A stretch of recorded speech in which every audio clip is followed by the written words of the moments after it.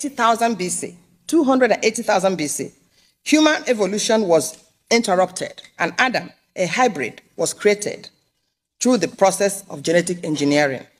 However, our findings reveal that the creation of Adam was a downward climb on the evolutionary ladder because he lost his divine essence. He became divided, no longer whole or wholesome. All over Africa and in ancient Egyptian records, oral and written traditions maintain that Homo erectus people were heaven beings and possessed mystical powers such as telepathy, levitation, bilocation, that their words could move rocks and mountains and change the course of rivers. Adam lost all that when his right brain was shut down by those who made him, created him. The direct descendants of Homo erectus were the small dwarfs who were the heroes of folk tales in every part of the world. It was they who founded and sustained Igbo civilization, where they continued to function till they were driven out by colonialists only recently. It was they who transported Igbo language and culture to all corners of the globe.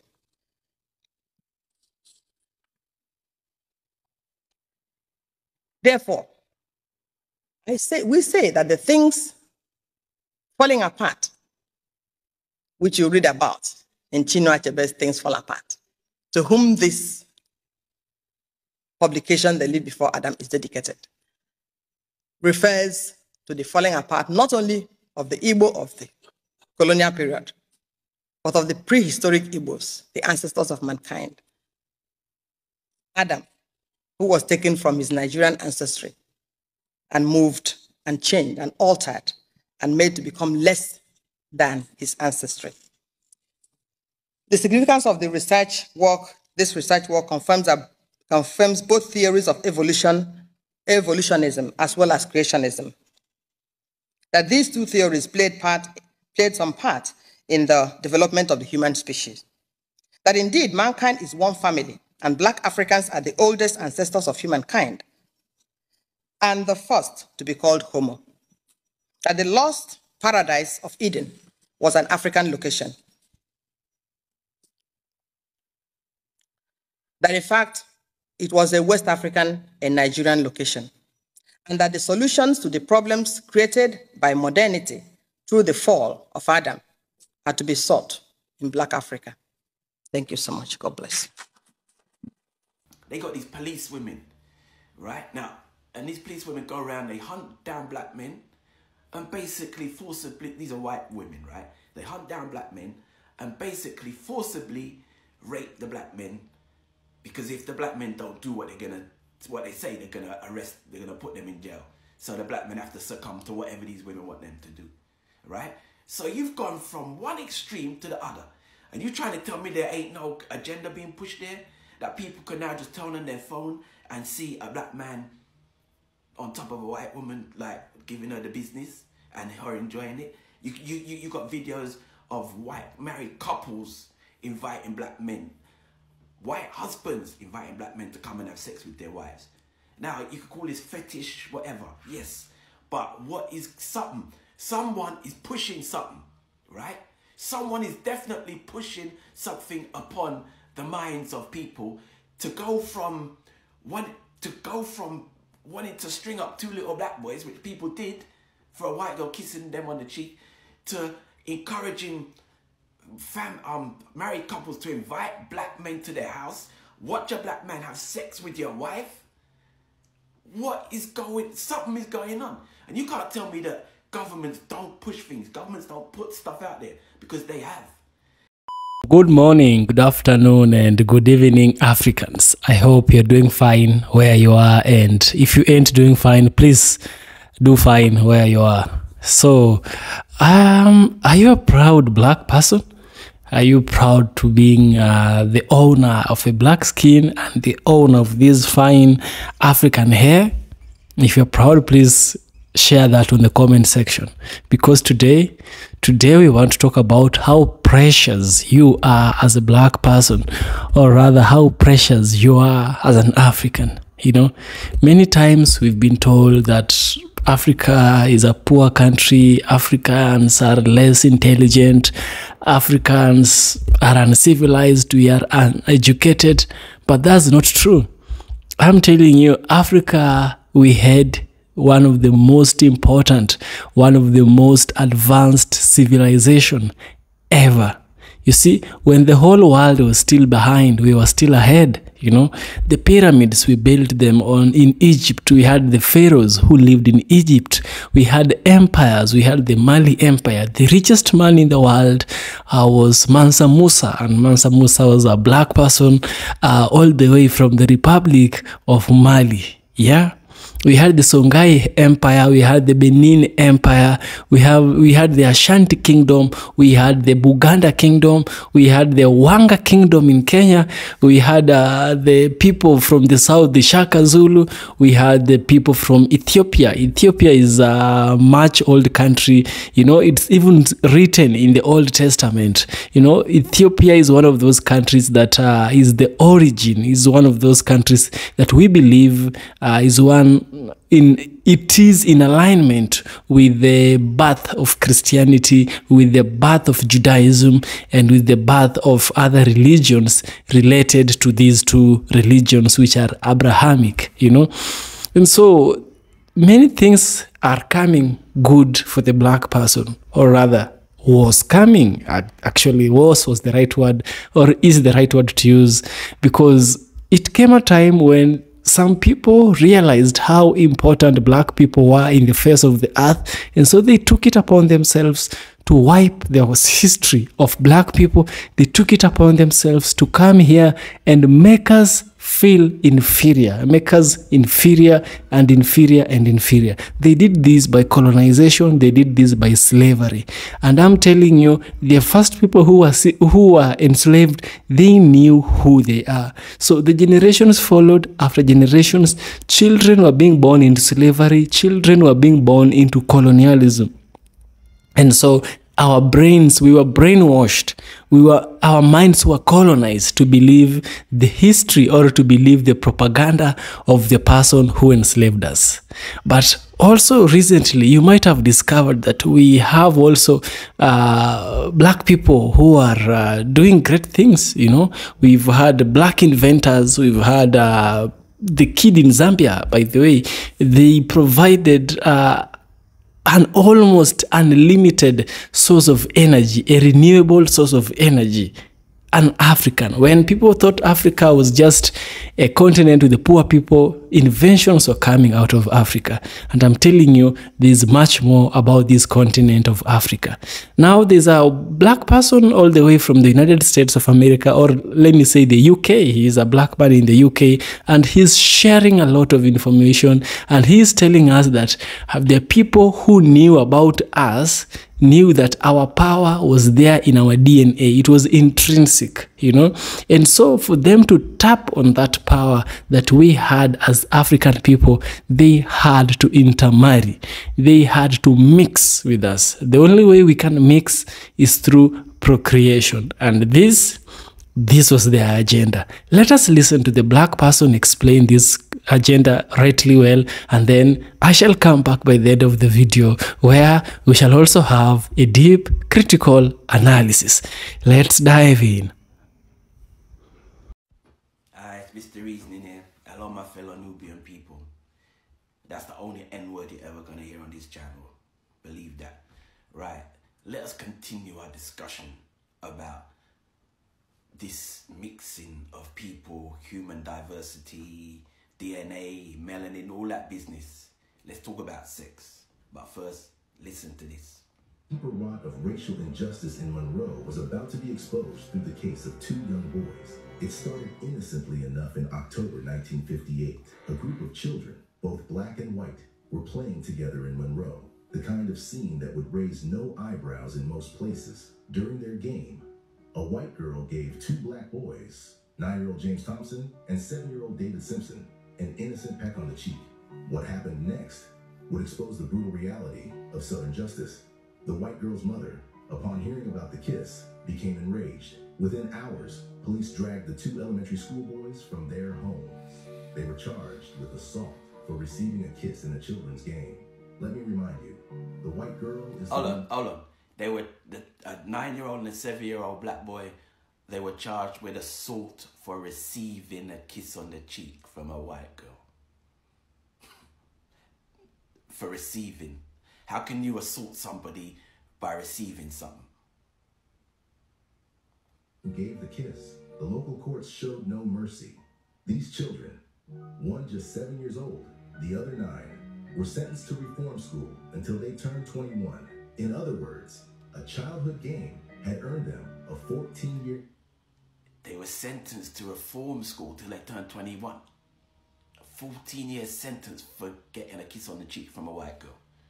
So why am I highlighting that? Because I keep talking about something's going on. That shows the extreme.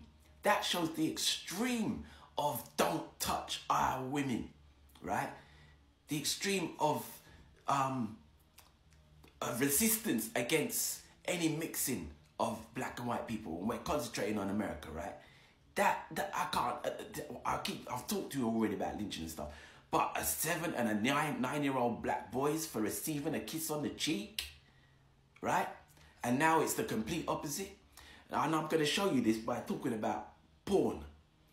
Now, I've had to unfortunately, I've had to study this part to talk to you about this, because I don't just talk out, mate. I like to study things before I talk about it, so no one can come to me and say I'm talking rubbish, right? So I looked into the history of porn and looking at porn now, right?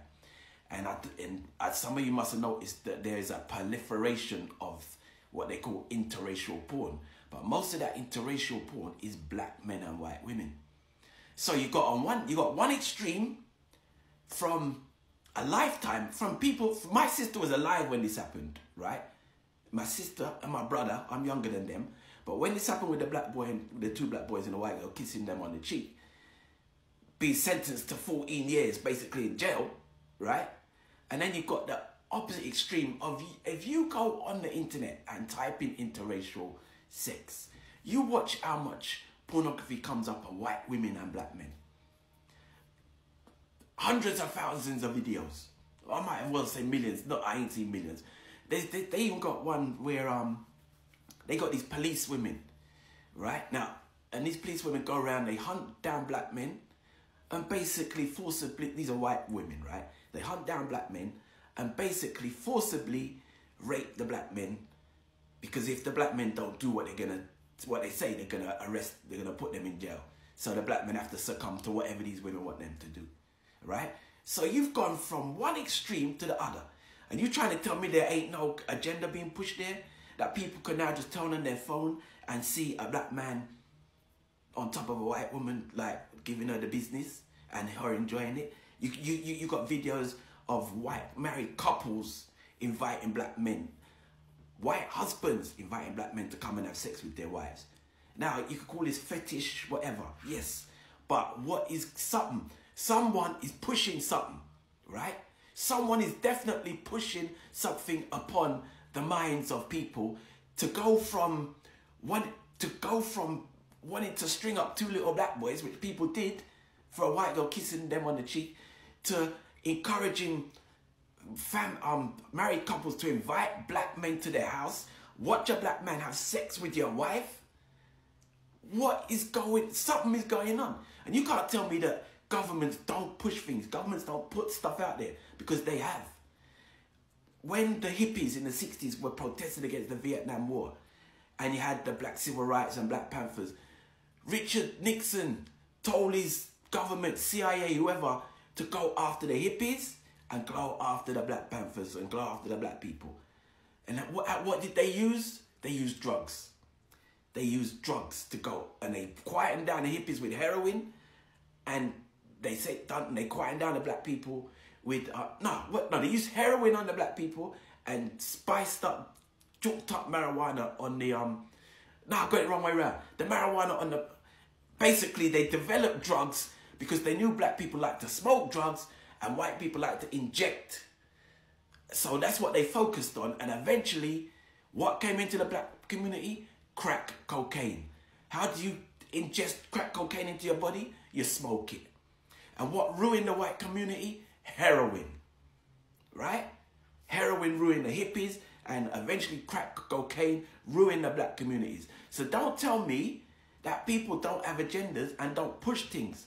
So why are we now getting this pornography of black and white people, mainly white women and black men, being pushed on any media device you can find? You type it in and you will find it and you can watch it. Where once upon a time, they were stringing up black men. They were jailing 7 and 9-year-old boys for receiving kisses on the cheek from white girls. Don't tell me something ain't going on. I'll tell you what's going on. Truly, Mother Nature, God, whatever you want to call it, is going on, because humans have always liked sex. And one thing about nature is diversification. Nature likes to diversify. A community, like I watch a lot of nature programs, a community of animals or whatever, or people who stay undiversified start to become or suspect to disease, and children are born with defects. That's why you need diversification. The royal families of Europe started to marry outside their group because they were developing too many medical issues in keep on marrying the same people. So now you've got the marrying commoners to bring in new genes into the royal system. The most famous case of deformity in a royal family was the Habsburgs. These were people who ruled Spain, Austria. If you go back and look at the old pages of Habsburg, they all got this chin, this massive chin. And they were, because they kept marrying each other, they started to deform each other. So now they talk about diversification in the royal family. Prince Harry went too far. Now you're going a bit too far now, Prince Harry. But the royal family started to bring in others who were not of royal blood to mix up the blood. That's what nature does. You get, I read up about this. Why is it that when foreigners come to a country, certain women go for them foreigners, right? It be they black, white, Chinese, whatever, certain women go for them. They're attracted to them because it's new blood coming into the system.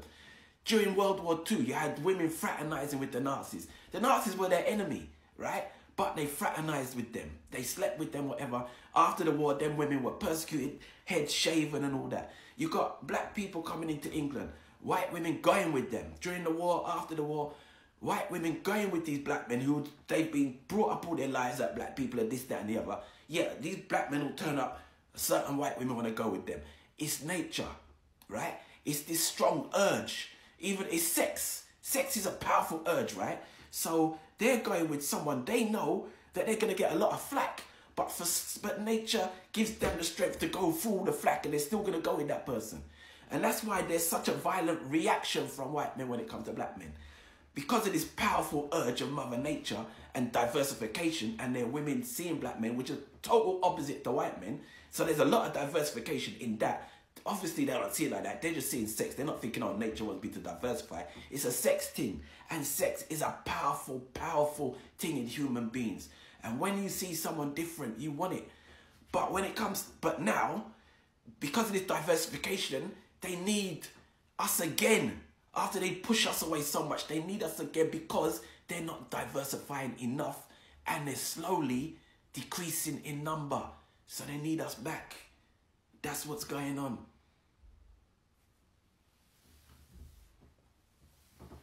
The average African American genome is very distinct from the African genomes from which they were taken. Now, you couple that with the fact that there is more genetic diversity within the African continent than in the rest of the world put together, which means that, on average, someone from Senegal is more different genetically to someone from Angola than either of those people are to anyone else on the rest of the planet. And that's just what the genetics says. So I know this is quite a brain scrambling concept. No, I'm with you. But this is one of the problems with the earlier conversation about how we categorize people. We say black people, right? Because Linnaeus said black people, Homo sapiens Afa or Africanus. But actually, it's a completely incoherent biological category because of the amount of genetic diversity that exists in people from who are in Africa or from the African diasporas. So how this relates to the transatlantic slave trade means that you've got two people taken from maybe neighboring tribes or counties or whatever the equivalent is, or countries, who are taken from their birthplace, put onto ships, mixed around, they live or die, they then traded around, forcibly mated potentially. We know from the genetics now that there is a lot of European DNA in the African American genome, and mostly it is from male Europeans into female African Americans. So, figure that out. Interestingly, the converse is also true. Many white Americans have up to 20% of African ancestry that we... Wow. This was such an elegant discussion and revelation.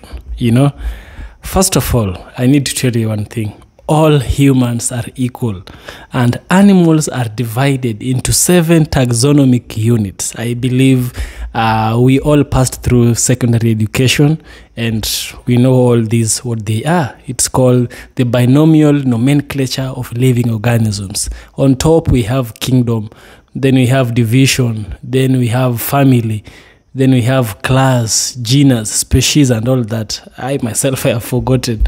But the last one is the species. The species is the one which determines the continuation of a race, is the one which determines the continuation of organisms by procreation. You understand? So all human beings belong to the same species, and that's why we can have a black person intermarry with a white person and give birth to a child who can also give birth to another child, which in scientific terms it's called a viable offspring. So what is a species? Let me just remind you of this. A species is a group of organisms whose members can freely interbreed and give birth or give rise to viable offspring. Not all organisms give birth. Some, lay eggs, like chicken, ducks, they lay eggs, right? But as long as organisms can come together and reproduce, and those which have been reproduced can also reproduce, which we call a viable offset, that is how we classify species. So all human beings belong to the same species. Racism does not care if you are a good person or a black person. Racism does not care if you are tall, dark, strong, weak, rich, poor, or what. Racism only cares about your skin. It only cares about your skin color and whether you like your skin color or not.